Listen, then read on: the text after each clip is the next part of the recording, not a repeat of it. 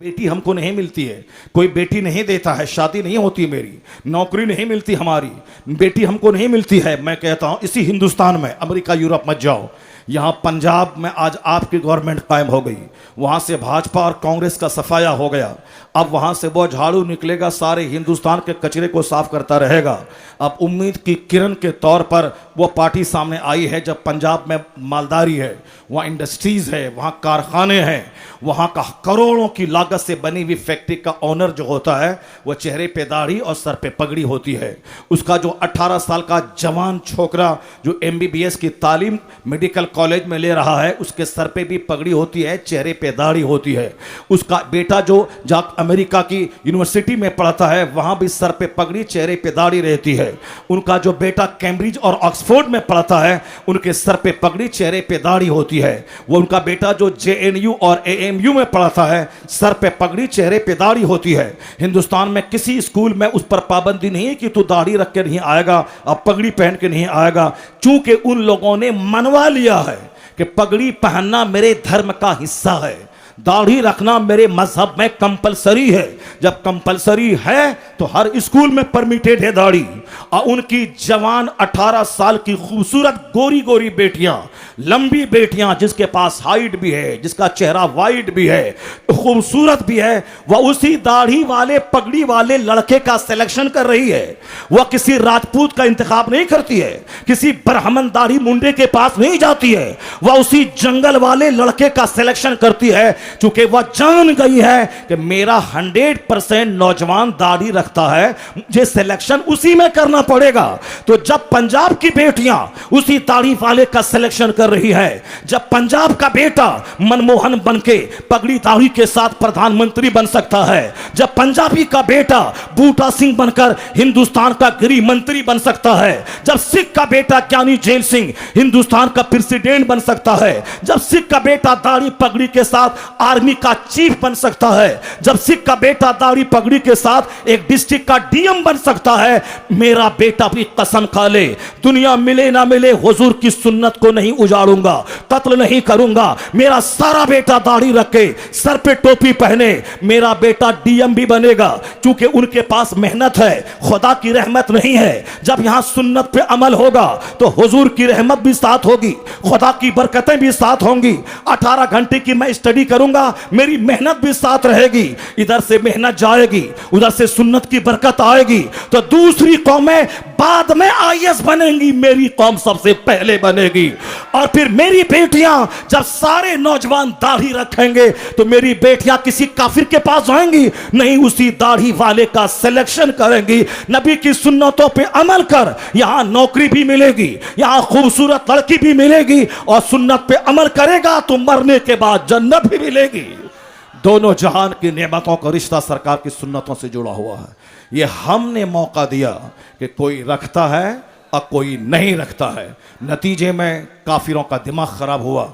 जब तेरा 95% बेटा दाढ़ी नहीं रखता है तो तुम दाढ़ी रख के आतंकवादी क्यों बन रहा है, तुम दाढ़ी रख के दहशतगर्द क्यों बन रहा है, तुम दाढ़ी रख के पूरे कॉलेज का माहौल क्यों खराब कर रहा है। तो अब वहां गुस्से में तीर मिला के तलवार लेके आगे जाने के, अपनी जान देने की जरूरत नहीं है। अक्लमंदी और हिकमत से काम लेकर यह दिन देखने को क्यों मिला, इसीलिए कि हमारे यहां कोई ज़ाब्ता नहीं, कोई तरीका नहीं, जीने का कोई सलीका नहीं, जिसके मन में जो आया सो कर लिया, इसी ने मुझको जलील और रुस्वा किया है। इस्लाम इज्जत देने को तैयार है, इस्लाम सेहत देने को तैयार है, इस्लाम सल्तनत देने को तैयार है। शर्त है कि बंदा परफेक्ट मोमिन तो बन जाए। हुजूर की सुन्नतों पे अमल करने में सेहत मिलती है। जो डॉक्टरों ने कहा है कि 7 नस्ल तक जो दाढ़ी मूंढता रहा, 8वीं नस्ल जो पैदा होगी वह हिजड़ों की पैदा होगी, नामर्दों की पैदा होगी। गुलाम सरवर भाई, डॉक्टरों ने, तबीबों और हकीमों ने कहा है कि जैसे मैं दाढ़ी मुंडाया, मेरा बच्चा मुंडाया, मेरा पोता मुंडाया, पोते का बेटा मुंडाया, 4 नस्ल हो गई, और उसके बाद उनका बेटा, उनका पोता, 7 नस्ल तक जिसमें दाढ़ी मुंडी जाती रही, 8वीं नस्ल जो पैदा होगी वह नामर्दों की पैदा होगी, हिजड़ों की पैदा होगी। और क़यामत जब करीब आएगी तो एक मर्द के पीछे 70 औरतें दौड़ेंगी, क्योंकि कोई मर्द ही नहीं रहेगा। जब मर्द नहीं रहेगा तो उसकी औरतें कहाँ जाएंगी? उसकी औरतें ड्राइवर के देखेंगी मर्द, उसी के पास दौड़ेंगी। वह देखेंगी उसके यहाँ पसनी चलाने वाला वो मर्द है, उसके पास चिपक जाएंगी। वह देखेंगी कि चादर बेचने वाला हॉकर वह मर्द है, उसके पास चली जाएंगी। ये अरबपति है, ये हिजड़ा है। अब वो क्या करेगी? वो उसी हिजड़े के साथ कैसे रहेगी? इस तरह एक एक मर्द के साथ में 50 औरतें रहेंगी। इस कदर कसरत से ज़िनाकारी होगी। जिस तरह कुत्ता कुतिये से मिलता है, जोड़ खाता है, उसी तरह औरतें मर्दों से, मर्द औरतों से जोड़ा खाएंगे। कोई कहने वाला नहीं रहेगा कि क्यों ऐसा कर रहा है। अगर कोई कह दिया कि ऐसा करना ही था चौक चौराहे पे, जैसे गुटखा खाना, खैनी खाना, बेपर्दा चलना, दुपट्टा हटा के चलना, बिल्कुल सीने की नुमाइश करके चलना आम हो गया है, कोई उसको बुरा नहीं समझ रहा है। मर्द ही बेचारा आंख नीची करके चला जाता है और वो बिल्कुल सीना तान के पहलवान बन के जाती है। मर्द ही बेचारा पानी पानी हो जा रहा है, साइड हो जाता है और वह बीच सड़क से सीना तान के चलती है। इस कदर दिलेरी और ढेठपन और ज़िनाकारी को फरोग उनकी बदअखलाकी से मिला है। एक वक्त ऐसा आएगा, आज सीना तान के चल रही है और कल रास्ता चलते ज़िना होगा, कोई डर से बोलेगा नहीं। अगर बोला तो सीधे जेल, अगर बोला तो सीधे उसी पे सब कुछ पड़ जाएगा। जैसे आज कोई कह दिया अरे ऐसा करना ही था तो जवान थी तो दुपट्टा रख ली होती, फिर तो उसकी खैरियत नहीं है। अगर कोई बोल दिया कि सर पे दुपट्टा रख के चलती, फिर उसकी खैरियत नहीं है। हर आदमी डर के मारे नहीं बोलेगा। इस कदर कसरत से ज़िनाकारी होगी, कोई बोलेगा नहीं, चूंकि ज़िना आदमी की आदत में शामिल हो जाएगा। जैसे गुटखा खाना, खैनी खाना, सिगरेट पीना, बीड़ी पीना। ये गुटखा खाना फर्ज है क्या? रोटी चावल खाना जरूरी है जिंदा रहने के लिए, गुटखा नहीं। मगर आमतौर पे सब लोग खा रहे हैं। गुटखे से कैंसर हो रहा है, गुटखे से आदमी बोल नहीं पा रहा, जबान मोटी हो रही है, गुटखा से आदमी का लीवर खराब हो रहा है। लीवर ट्रांसप्लांट करने में 25-25 लाख रुपए लगते हैं, फिर भी जो ओरिजिनल लीवर है, खाया 10 रोटी पचा दिया, ये लीवर नहीं मिल पाएगा। मसनूई लीवर और दूसरों का लीवर काट के लगा दे और अपना ओरिजिनल लीवर, दोनों में जमीन आसमान का फर्क होता है। ये लीवर डैमेज हो रहा है, आजकल ब्रेन हेमरेज हो रहा है, जबान मोटी हो रही है, आदमी कुव्वते गोयाई खत्म कर रहा है। ये बीड़ी पीना जरूरी नहीं है मगर लोगों ने कंपलसरी बना लिया है।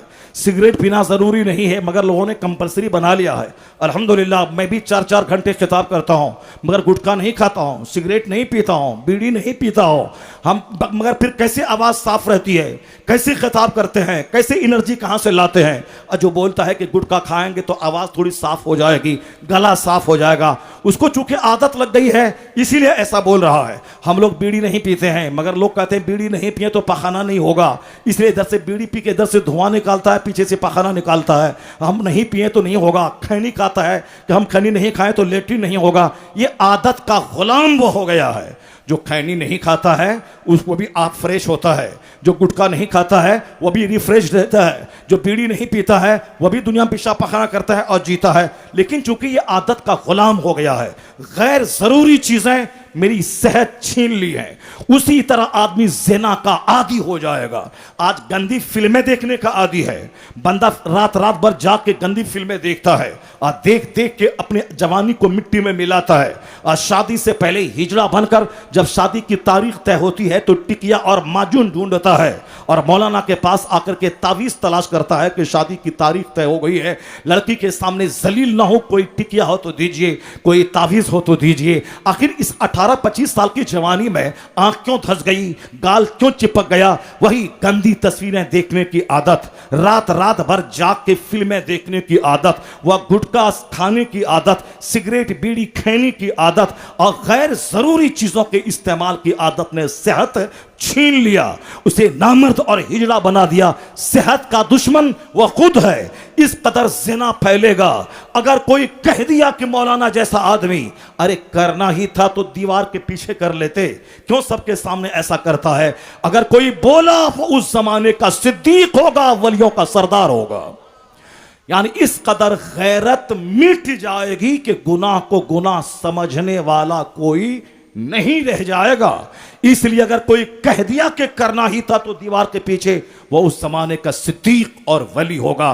धीरे धीरे कैरेक्टर का डाउनफॉल ऐसे होता है। दाढ़ी मूंडने से नामर्दी की तरफ बंदा जा रहा है। ज़िनाकारी समाज में पिनपने वाली है और पिनप चुकी है, क्योंकि मर्द ही नहीं रहेगा तो औरतें दौड़ेंगी मर्द की तलाश में। इसलिए बंबई और दिल्ली में अरबपति की बीवियां उसमें पोछा लगाने वाले मर्दों से ज़िना करती हैं, क्योंकि अरबों की गद्दी पर बैठने वाला उसका शौहर मर्द ही नहीं रहता है। इस कदर हमारी कमजोरी ज़िना को दावत देती है। अब मुस्लिम नौजवानों पे लाजिम है वह गुटखा छोड़ दे, खैनी छोड़ दे, सिगरेट छोड़ दे, और साहब बीड़ी छोड़ दे, गैर जरूरी चीजें छोड़ दे, गंदी तस्वीरों को देखना छोड़ दे, रात में 8 घंटे की गहरी नींद ले, फजर जोहर असर मगरिब इशा पाबंदी से पढ़े और हलाल तरीके से रोजी हासिल करे, नबी की सुन्नत पे अमल करे। सुन्नत के मुताबिक कपड़ा पहनना, सुन्नत के मुताबिक नहाना धोना, सुन्नत के मुताबिक शादी ब्याह करना, शादी ब्याह में काफिरों की पैरवी करते हुए 2 4 10 50 गाड़ी से बारात नहीं जाना, कार्ड छपाना और डेकोरेशन की गलत रीति लाकर मुसलमानों को कंगाल बनाना और लड़की की पैदाइश को बोझ बनाना। अगर कल लड़की को लोग जिंदा दफन करने लगा, उसका जिम्मेदार मौजूदा समाज होगा जिसने शादी को इतना मुश्किल बना दिया, जिसकी वजह से लड़की को लोगों ने जिंदा दफन करना शुरू कर दिया। वरना अगर 50 बेटी भी किसी के पास हो, अगर सुन्नत के मुताबिक शादी समाज में होने लगे, ना कोई कार्ड छपाई होगी, ना कोई डेकोरेशन होगा, ना कोई कपड़े की खरीदारी होगी, ना कोई 2 4 5 बार मेहमान जाएगा, रिश्ता तय हुआ, 10 आदमी बैठ के निकाह करा दिया गया। जैसे हुजूर ने मौला अली का निकाह जन्नती औरतों की सरदार फातिमा के साथ कर दिया। कोई सहाबी को दावत नहीं दी, 2 4 10 लोग मस्जिद नबवी में बैठे थे, हुजूर ने अपनी बेटी फातिमा का अक़द अली के साथ करवा दिया। और वह अली के जैसा कोई जवान नहीं, फातिमा जैसी कोई शहजादी नहीं, दुनिया का सबसे नफीस तरीन जोड़े की शादी सिंपल ढंग से मुस्तफा ने करवा दी, ताकि शादी इस कदर आसान हो जाए कि रात के 12 बजे अगर रिश्ता मिल जाए लड़की का लड़के से, तो सुबह का इंतजार मत करे, रात में शादी कर दे। अगर सुबह में रिश्ता तय हो तो फिर 2 4 10 दिन का इंतजार ना करे, सुबह में 5 आदमी के सामने शादी करवा दे। वलीमा में खिलाएगा लड़का, लड़की नहीं।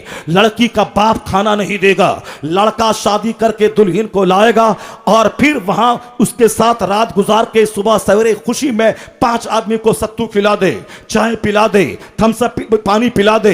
वही हो गया वलीमा। वलीमा सुन्नत है, वलीमे की दावत देना और दावत कबूल करना यह सुन्नत है। इस जमीन का सबसे बेहतरीन खाना वलीमे का खाना है। वलीमा का खाना लड़का खिलाता है, लड़की नहीं। लड़की नहीं खिलाती है, लड़की का बाप नहीं खिलाता है। हमने काफिरों हिंदुओं से सीख लिया कि बाराती को खिलाना और वलीमे को पसे पुष्ट डाल देना, बहु भोज वो ले लिया और हमने बाराती का भोज हमने ले लिया, जिसका इस्लाम में सिरे से कोई संबंध ही नहीं है। हमने कार्ड छपाई, डेकोरेशन और साहब गाड़ी चकला जेवर जेवरात, 2 4 बार मेहमान का जाना आना, लड़के को गाड़ी देना, अपाची देना, बुलेट देना, आल्टो देना, स्विफ्ट देना, ये हमने शादी को मुश्किल बनाया। अब जिना हो रहा है 100 रुपए में और शादी हो रही 1 करोड़ में। अब जिना हो रहा है 50 रुपए एक पैकेट मिठाई में और शादी हो रही 50 लाख में। नबी ने तो शादी को आसान बनाया था कि 1 पैसा खर्च किए बगैर शादी हो जाए, ताकि ज़िना मुश्किल हो जाए। हमने काफिरों का देखा देखी ज़िना को आसान बना दिया, शादी को मुश्किल बनाया। अब वो शादी की बरकत खत्म हो गई, तलाक पे शादी टूट रही है, जिंदगी भर लड़ाई झगड़े मुकदमे हो रहे हैं। सुन्नतों की मुखालफत में कहीं बरकत होती है क्या? बरकत तो सारी नबी की पैरवी में अल्लाह ने रखा है। उनकी पैरवी की मुखालफत में अल्लाह ने बरकतें नहीं रखा है। जिंदगी भर लड़ते रहो, केस मुकदमा करते रहो और 4 बच्चे का बाप अपनी बीवी को छोड़ के दूसरों से शादी कर रहा है। जवान बेटी का बाप शादी कर रहा है, अपनी बीवी को तलाक दे रहा है। उसकी जबान ने शौहर के जिस्म को जख्मी कर दिया। घर में बरकत नहीं रही। जिस शादी की पहली ईंट ही हराम पे रखी गई हो, उस शादी में बरकत कहां से होगी? हमने लड़की के बाप को रोला करके सारा सामान लिया और अपने दोस्तों को खाना खाना खिलवाया उसके यहाँ ले जाकर, तो फिर उसमें बरकत कहां से होगी? काफिराना रस्म रिवाज में बरकत नहीं होती। वहां सारी जिंदगी लड़की का पांव चाटना पड़ेगा। जिसके बुलेट पे हम चलेंगे उसकी गुलामी करनी पड़ेगी। जिसकी नौकरी को देखकर मैंने शादी की है, बाइक से लेकर स्कूल छोड़ना, फिर इसको लेने जाना, सारी जिंदगी नौकरी करनी पड़ेगी। वह तनख्वाह अपने बाप को और भाई को भेजेगी और इस हिजड़े को नहीं देगी। अगर नहीं देगी तो लड़ाई होगी। जिंदगी भर मैं गुलामी करूं और वो तनख्वाह लेके अपने बाप भाई को दे, अगर मैं बोलूं तो लड़ाई रखी है और तलाक दे तो मैं दूसरे के साथ में चली जाऊंगी। ये जो घर उजड़ गया, शादी खत्म होने लगी और जो जिंदगी गुजारना मुश्किल हो गया सिर्फ सुन्नतों की मुखालफत की वजह से। मैंने लड़की के बाप को रोला के सारा सामान लिया। कैसे तुम कहता है कि मेरा घर है, मैं सरताज हूं, शौहर हूं।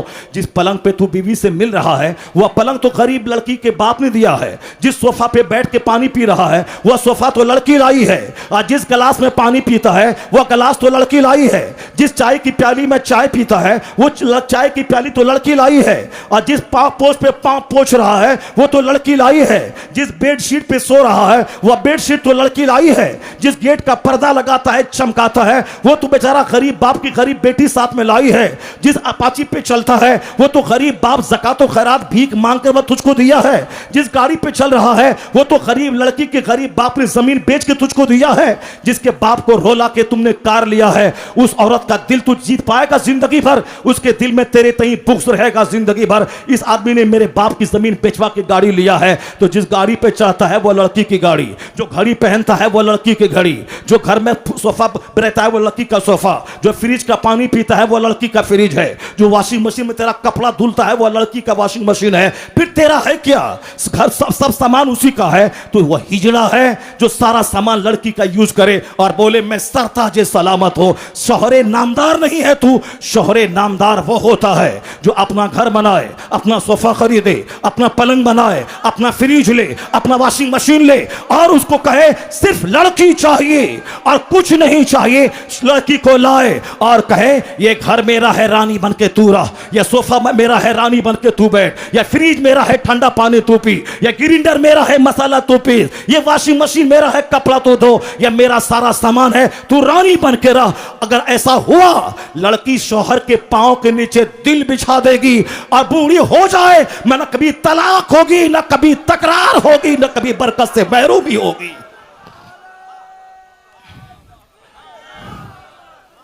हुजूर की सुन्नतों से हट के हमने जिया, जिंदगी तल्ख हो गई, जिंदगी कड़वी हो गई, हमारी सेहत भी हमसे गई, इज्जत भी गई, बेटी भी हाथ से निकली, बेटा भी हाथ से निकल गया, सास ससुर का गुलाम हो गया। ये बुढ़ा तरस रहा है। हुजूर की सुन्नत पे सख्ती से अमल करे, सेहत मिलेगी। अभी पटना पीएमसीएच का एक डॉक्टर है, लड़का ए रेड शर्ट बैठो, भाग रहा है बदतमीज कहेगा। नौजवानों के लिए मैं कह रहा हूं कि तुम अब जवानी में बूढ़ा मत हो जाओ, चेहरा बंदर की तरह मत बना लो। दूसरों से दिल लगा लगा करके अपनी जवानी को खत्म मत करो। दूसरों से फोन पे बातें करना ये जबान का ज़िना है। तो वो समझता है कि हमको गुनाह नहीं कर रहे हैं। बातें करना मीठी, अपनी बीवी से कड़वे लबो लहजे में बात करना, अपनी माँ से 1 मिनट में बात करके फोन रख देना, और भाभी से 1 घंटा तक गटर मटर चल रहा है, वह ज़िनाकारी है, जबान का ज़िना है। अजनबी औरतों से अपनी साली से, अपनी बीवी से गुस्सा की बात करना, साली से 2 घंटा से बात करना है। अपनी बीवी को घुमाने में अपनी तौहीन है, और साली के साथ दिल्ली और पंजाब घूम के चला आया। यानी ज़िना करने में मज़ा मिलता है और अपनी खूबसूरत बीवी अच्छी नहीं लगती है। ये शैतान उसके दिल में मज़ा डालता है। सेहत भी जाएगी, इज्जत भी जाएगी, जन्नत भी जाएगी, सब जाएगी। नबी से मोहब्बत कर। उलमा तुमको कहते हैं कि लिबास पहन इस्लामी, जिंदा रह इस्लामी ढंग से, गुस्ल कर इस्लामी ढंग से, तू इसको बोझ समझता है। आज काफिर का स्कॉलर क्या बोलता है, सुन ले आखिरी बात। ये मैं दूसरी जगहों की बात नहीं करता, इसी बिहार की राजधानी पटना में पीएमसीएच का एमबीबीएस डिग्री होल्डर डॉक्टर, उसने अभी 1 महीना पहले, अगर किसी ने पढ़ा होगा व्हाट्सएप पे उस अखबार के तराशे को तो उसको याद होगा, पीएमसीएच का डॉक्टर ने अखबार में बाज़ाब्ता बयान दिया था, जबकि डॉक्टर बयान देता नहीं है। वो तो हॉस्पिटल में बैठना, रिसर्च करना, दवाई देना, मरीज से फुर्सत नहीं, वो क्या अखबार में बयान देगा। उसने मजबूरन अखबार में बयान दिया कि इस जाड़े के मौसम में खतरनाक बीमारियां, खतरनाक कैसे मेरे पास आए। ब्रेन हेमरेज का केस आया, खून के सर में जम जाने का केस आया, फालिज का केस आया। जब मैंने उस पर गौर किया तो बहुत बड़ा रीजन नहीं था, वह मामूली सा कारण था कि नहाने का तरीका गलत था। यानी झरने, शावर के सामने गुस्ल खाने में जाना, कपड़ा उतारना, अब फौरन शावर के सामने सर रख के पानी लेना और फिर बदन हाथ मलना और निकल जाना।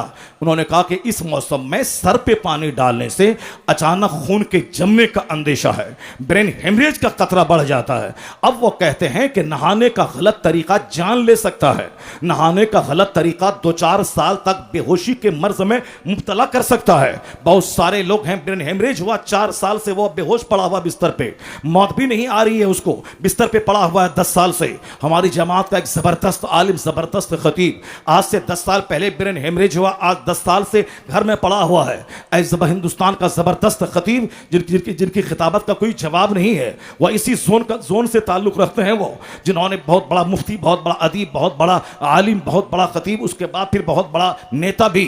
मैं कहता हूं कि बीमारी किसी के साथ हो सकती है, अगर हमारे जीने का गलत अंदाज मेरी सेहत भी छीन सकता है, मेरे घर को तबाह कर सकता है, मेरी जिंदगी से खेल सकता है। अब वो डॉक्टर क्या कहता है, नहाने का तरीका यह है कि सबसे पहले सर पे पानी न डालें, वो कहता है सबसे पहले जिस्म के दूसरे पार्ट पे पानी डालें और आखिर में सर पे पानी डालें। ये एमबीबीएस डॉक्टर जो दवाई और मेडिसिन की बात करने वाला है, अब वह नहाने का तरीका बता रहा है। खतरनाक बीमारी से बचना है तो नहाने का ये तरीका अपनाइए। कौन तरीका? ये सारे उलमा बैठे हुए हैं, इनसे पूछ लीजिए आप। उर्दू में इस्लामी शरीयत की छोटी सी किताब है अनवार शरीयत, उससे थोड़ी मोटी है कानून शरीयत, उससे ज्यादा मोटी है बहार शरीयत।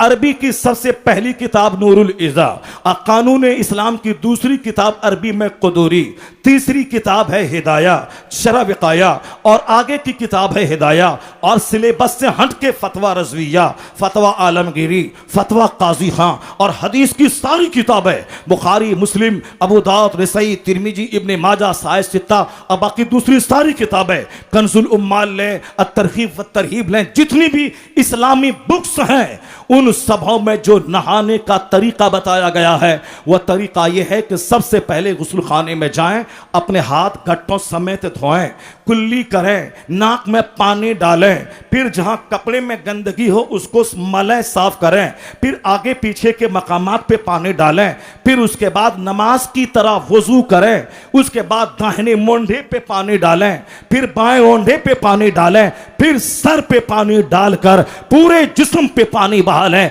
क्या तुम्हारा बेटा एमबीबीएस डॉक्टर बन रहा है, इंजीनियर बन रहा है, इस्लाम नहीं जान रहा है? अभी दुनिया का बड़ा से बड़ा वैज्ञानिक बीमारी से बचने के लिए नहाने का वही तरीका बता रहा है जो तरीका मुस्तफा ने 1400 साल पहले बताया है। इसलिए मैं कह सकता हूं जहां करोड़ों साइंटिस्ट की नजर आज गई है वहां रहमते दो आलम की नजर 1500 साल पहले गई है कि मोहम्मद से वफा तूने तो हम तेरे हैं, यह जहां चीज है क्या लौह कलम तेरे हैं। छोड़ दे फिल्मी कल्चर, छोड़ दे हिंदुआना रस्मो रिवाज, छोड़ दे काफिराना रस्मो रिवाज, शरीयत पर अमल कर, यहां अच्छी रोजी मिलेगी, अच्छी सेहत मिलेगी, खतरनाक बीमारी से हिफाजत होगी, चेहरे पे नूर होगा, बाल बच्चों में फर्मा बरदारी होगी, तुम्हारे घर में राहत मिलेगी, घर छोड़ के भागने की नौबत ना आएगी, यहां सुकून मिलेगा, किराए के घर में क्यों ना रहे फरिश्तों के लिए काबिल रश्क बनेगा। अगर घर में फिल्म रही, अगर घर में काफिरों की हरकत रही, अगर घर में अखबार रहा, घर में तिलावत ना रही तो वहां तेरा अपना दोस्त भी नहीं जाएगा। अगर घर में तिलावत, घर में इबादत, घर में रोजा, घर में नमाज, नबी की सुन्नत, तो साथ दे कोई ना कोई उस घर में सुबह शाम फरिश्तों की बारात आएगी। दोनों जहान की राहतों का रिश्ता हुजूर की गुलामी से वाबस्ता है। करोड़ों की एक बात, सुन्नतों को छोड़कर हम जलील हो गए काफिरों की निगाह में। जिस दिन हम ताकतवर बने, जिस दिन सर पे कफन बांध के वही जो हुजूर ने कहा था जिहाद की तमन्ना जो दिल में रखेगा और अगर वह बिस्तर पे ही क्यों ना मर जाए अल्लाह उसे शहादत का मर्तबा अता फरमाएगा। आखिरी बात, डरना वरना कुछ नहीं है, हालात चाहे जैसे बिगड़ेंगे मौत आएगी, इसके अलावा और कुछ है तो बताओ। बच्चे जेल में जाएंगे, डिटेंशन कैंप में जाएंगे, आखिरी चीज है मौत, गर्दन कट जाएगी। तो गर्दन से वो डरे जिसको दुनिया में सब दिन रहना है। और हमारे यहां सब कोई मदीने में मरता है क्या?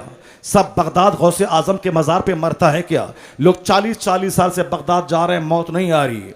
लोग 50 साल से मदीना जा रहे हैं, मौत नहीं आ रही है। मदीने में सबको मौत नहीं मिलती है। बगदाद में गौसे आजम के मवाद शरीफ में सबको मौत नहीं मिलती है। सबको शहादत की मौत नहीं मिलती है। किसी किसी के हिस्से में शहादत आती है। अगर हालात ऐसे पैदा हो गए कि आजान दूं तो जान को खतरा, नमाज पढ़ूं तो जान को खतरा, अगर मैं दाढ़ी रखूं तो जान को खतरा, बेटी हिजाब पहने तो जान का खतरा, तो बुजदिली में सुन्नत छोड़ मत देना। मरना तो है ही, चाहे आज मरो चाहे 50 साल के बाद मरो। हॉस्पिटल में मरने से बेहतर है कि शहादत की मौत मर जाओ। अगर एड़ी रगड़ रगड़ के मरने से बेहतर है शहादत की मौत मर जाओ। गीदड़ों की 100 साल की जिंदगी से शेर की एक दिन की जिंदगी बेहतर है। सर पे कफन बांध ले कि जमीन मेरी, मुल्क मेरा, मजहब मेरा। अगर कोई मेरे मजहब पर कायम रहने नहीं देगा तो 1 इंच यहां से हटना नहीं है, जान दे देंगे। अगर रब के नाम पे गर्दन कटी तो करोड़ों साल का सजदा एक तरफ, शहादत का मर्तबा एक तरफ।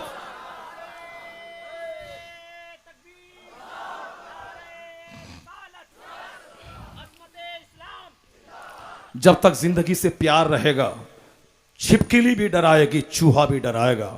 जब तक बाल बच्चों का मुंह देख के जिंदा रहोगे तो उस वक्त तक मैं कोई भी नापाक शख्स डराएगा। आज लोग डरा रहे हैं।